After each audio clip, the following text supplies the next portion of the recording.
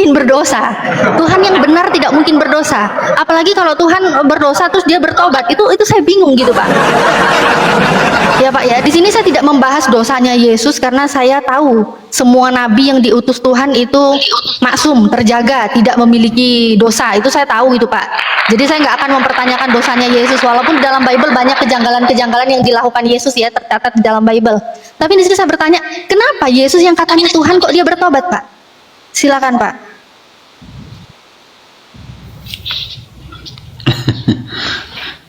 Yesus itu dibaptis bukan karena dia berdosa. Dia menyerahkan diri sebagai teladan.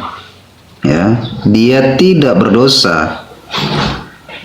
Kalau kita baca secara jelas, itu dia menyerahkan diri untuk dibaptis. Dia tidak berdosa. Dan di Alkitab dia tidak berdosa.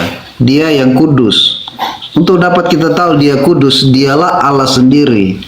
Makanya untuk mengerti siapa Yesus sebenarnya, Yohanes 1 ayat 1 itu jelas mengatakan bahwa ini asal mulanya dialah firman Allah, dialah Allah, firman itu bersama-sama dengan Allah, dan firman itu adalah Allah. Gambaran kita Allah itu bukan manusia biasa, ya. Dia Allah yang kudus dan penuh kemuliaan. Dia yang menjadikan bumi dan segala isinya, tetapi dia tidak tercemar dengan dosa. Nah gitu. Dia ada di dunia, dia tidak berdosa karena dia asalnya adalah bukan dari dunia, dari sorga. Ya. Jadi seperti itu.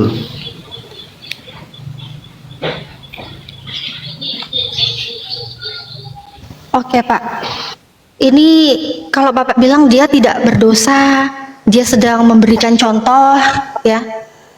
Berarti informasi yang saya dapat, apa yang Paulus narasikan di dalam Kisah Para Rasul 19:4, itu dengan jelas Pak tertulis kata Paulus, iya Pak ya. Kata Paulus, pembaptisan Yohanes. Ini coba saya tampilin data ya. Permisi sebentar. Saya bukain aja data.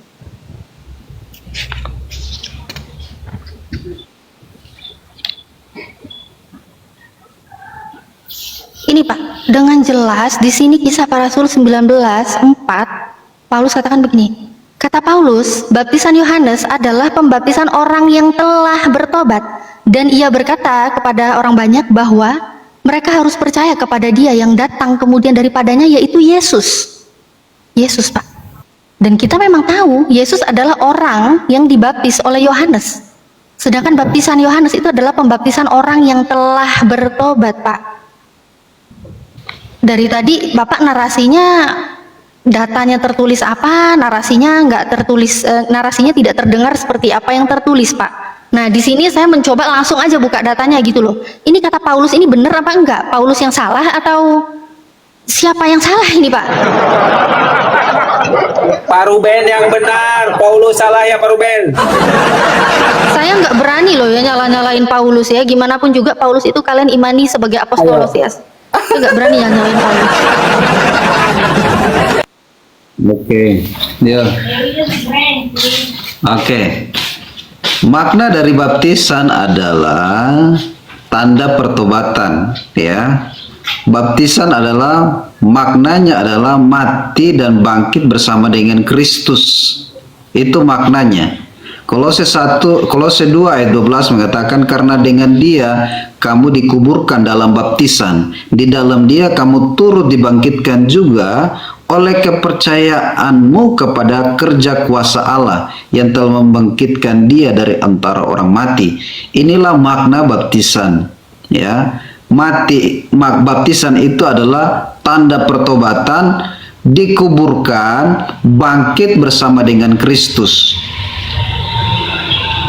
Begitu. Petrus 3 ayat 21, juga kamu sekarang diselamatkan oleh kiasan, yaitu baptisan. Maksudnya bukan untuk membersihkan kenajisan jasmani, melainkan untuk memohon hati nurani yang baik kepada Allah oleh kebangkitan Yesus Kristus. Jadi itulah makna bahwa Yesus itu bukan berdosa lalu dibaptis, salah, ya. Itu maknanya adalah tanda pertobatan, mati bersama di Kristus, bangkit bersama dengan Kristus. Itu maknanya. Yesus dibaptis Yohanes ya Pak ya? Iya. Sedangkan kata Paulus, baptisan Yohanes adalah pembaptisan orang yang telah bertobat. Ya silakan kalau Bapak bisanya menjawab dengan iman ya Pak ya. Tapi di sini saya melihat secara tekstual, saya juga nggak mungkin lah ya memaksa ya, karena ya memang begitu, ya. Jadi memang begitu. Di saat bertanya kepada para petinggi-petinggi di gereja, tidak semua pendeta itu akan menjawab sesuai dengan apa yang tertulis. Mungkin sudah membaca tapi menafsirkan lagi, sudah diterjemahkan dengan jelas tapi tafsiran iman itu berbeda dengan apa yang tertulis ya. Silakan. Tapi di sini saya juga bingung ya Pak ya, karena tadi Pak Pendeta mengatakan buat teman-teman netizen di bawah, mohon maaf ya, saya tidak bisa mengejar Pak Pendeta, terlalu dikejar tidak mungkin karena saya menghargai Pak Pendeta juga ya. Nah tapi tadi Bapak bilang mengenai ini Pak, Yesus itu bukan datang dari dunia. Nah, kalau itu alasan Bapak menuhankan Yesus, seharusnya nggak cuma Yesus Pak yang dituhankan. Sebab murid-murid Yesus pun juga begitu. Yohanes 17:16, Yohanes 17:14, ya, mereka bukan dari dunia, sama seperti aku, bukan dari dunia. Apa kabar Pak yang lainnya? Nggak sekalian dituhanin?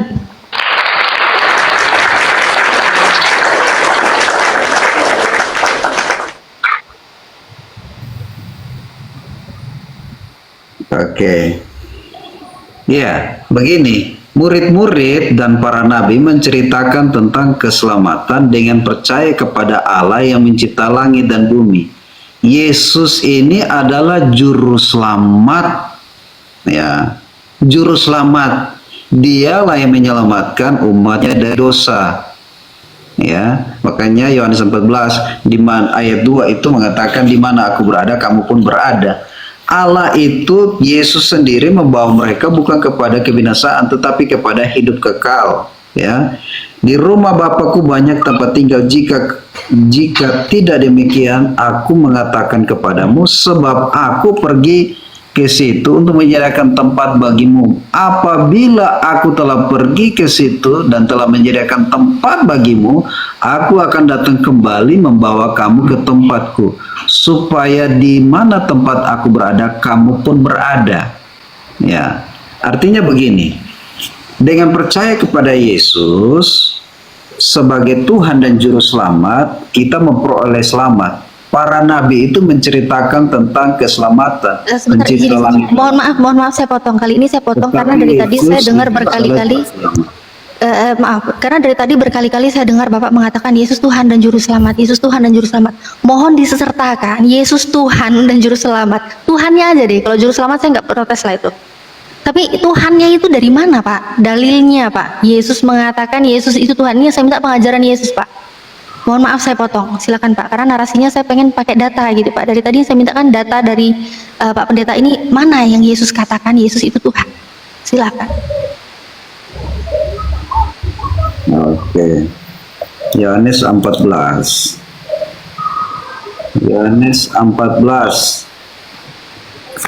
Filipus muridnya memanggil dia Tuhan, ya.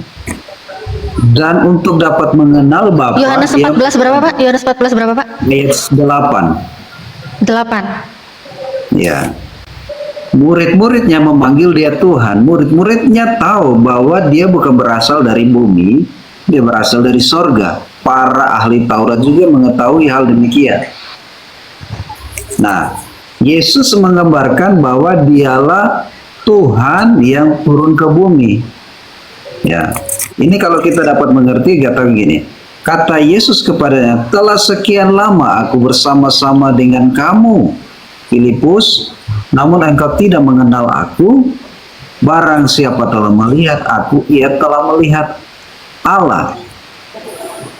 Ya, ayat 9 itu. Barang siapa telah melihat aku, ia telah melihat Bapa. Bagaimana engkau berkata, tunjukkan Bapa itu kepada kami? Tidak percayakah engkau bahwa aku di dalam Bapa, Bapa di dalam aku? Apa yang aku katakan kepadamu tidak aku katakan dari diri sendiri, tetapi Bapa yang diam dalam aku, dialah yang melakukan pekerjaan Bapa. Artinya begini, Yesus itu adalah Allah sendiri. Tidak perlu sampaikan bahwa saya Tuhan. Tetapi dengan kalimat ini kita maknai bahwa dialah Tuhan. Begitu. Waduh. Waduh. Dengan Yesus mengatakan, telah sekian lama aku bersama-sama kamu Filipus, namun engkau tidak mengenal aku. Barang siapa telah melihat aku, ia telah melihat Bapa. Bagaimana engkau berkata, tunjukkanlah Bapa itu kepada kami?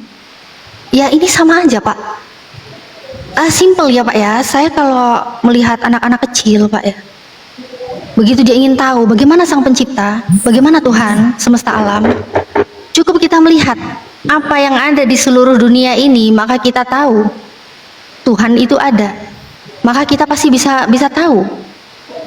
Dengan kehadiran ciptaan, maka kita tahu pencipta itu pasti ada. Bagaimana mungkin lagi kita mau minta ditunjukkan Bapa? Kalau Bapak tadi bilang, Pak Yunus ini bilang bahwa Yesus dan Bapa itu sama, Yesus adalah Bapa itu sendiri, Yesus adalah Allah itu sendiri. Ini bagaimana ya Pak ya?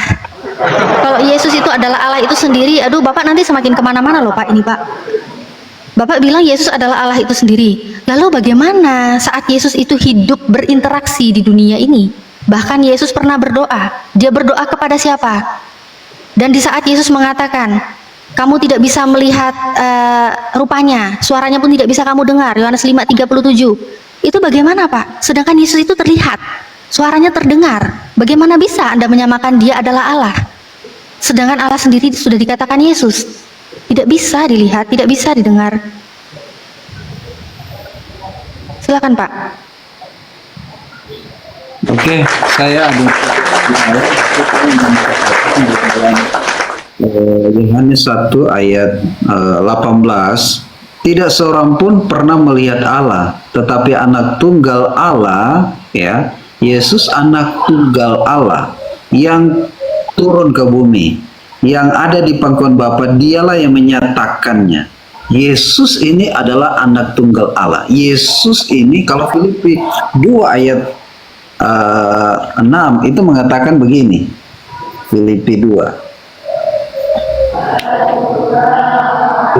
ayat 6. Yang walaupun dalam rupa Allah tidak menganggap setara dengan Allah, ini Yesus ya, itu sebagai milik yang harus dipertahankan, melainkan telah mengosongkan dirinya sendiri, mengambil rupa seorang hamba, menjadi sama dengan manusia, menjadi hamba bagi manusia, sama dengan manusia, rupanya sama dengan manusia, dan telah dalam keadaan sebagai manusia telah merendahkan dirinya, taat sampai mati karena kita, bahkan sampai mati di kayu salib. Itulah sebabnya Allah sangat meninggikan dia dan mengaruniakan kepadanya nama di atas segala nama. Nama Yesus ini berkuasa di bumi yang kita tinggal hari ini, berkuasa di sorga yang kita akan kembali ke sorga. Dia berkuasa di dunia orang mati, di bawah bumi.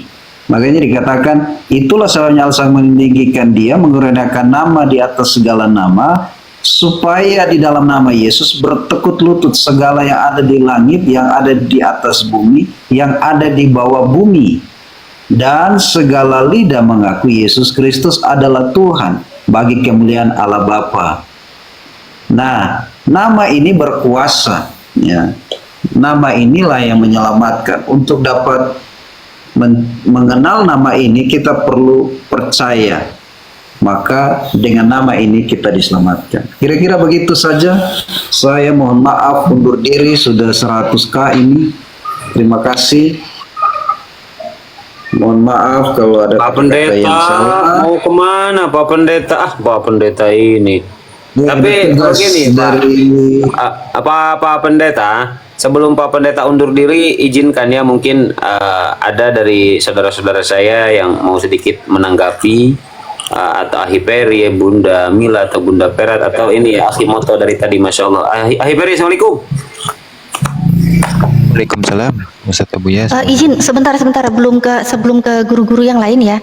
Silakan, Mbak Natali. Iya, ini Pak Pendeta, kenapa tiba-tiba buru-buru, Pak Pendeta? Iya, karena gimana Pak Pendeta? Tadi Pak Pendeta ini bawa Filipi 26, ini yakin. Ini malah ketabok loh Pak Pendeta. Filipi 26 loh Pak. Filipi 26 di saat tadi sebelum Bapak membawakan data di Filipi 26, Bapak menarasikan Yesus dan Allah itu sama, bahkan Yesus itu adalah Allah itu sendiri. Tetapi di Filipi 2 ayat 6 itu sangat jelas bahwa Yesus itu tidak menganggap kesetaraan dengan Allah. Tidak menganggap kesetaraan, Pak.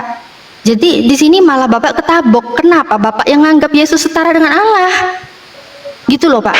Gimana bisa Bapak malah menganggap Yesus setara dengan Allah, sedangkan di dalil dalam Filipi 2:6 aja udah jelas tidak menganggap kesetaraan dengan Allah. Begitu, Pak Pendeta. Nih, supaya nggak ini ya, supaya nggak framing ya saya ya, dibilang nggak framing ya ini ya.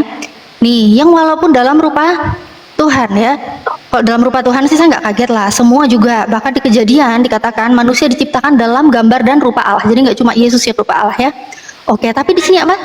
Tidak menganggap kesetaraan dengan Allah itu sebagai milik yang harus dipertahankan. Jadi Bapak malah ketabok sendiri, Pak. Yakin Bapak mau turun? Habis ketabok masa mau turun, Pak? Nggak sayang tuh diselesaiin dulu.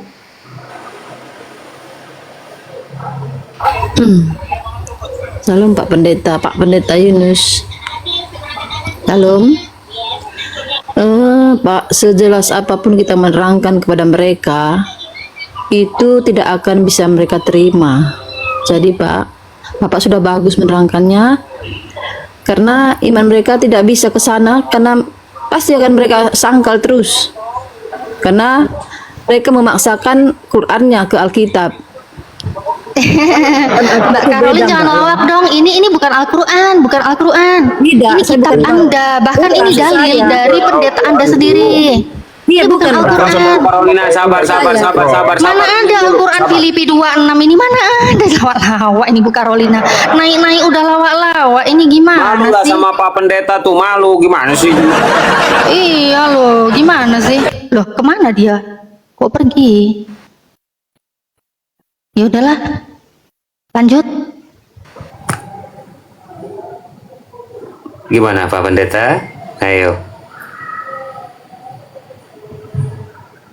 Bingung ya Pak Pendeta? Sama saya juga bingung Pak Pendeta. Ada tugas.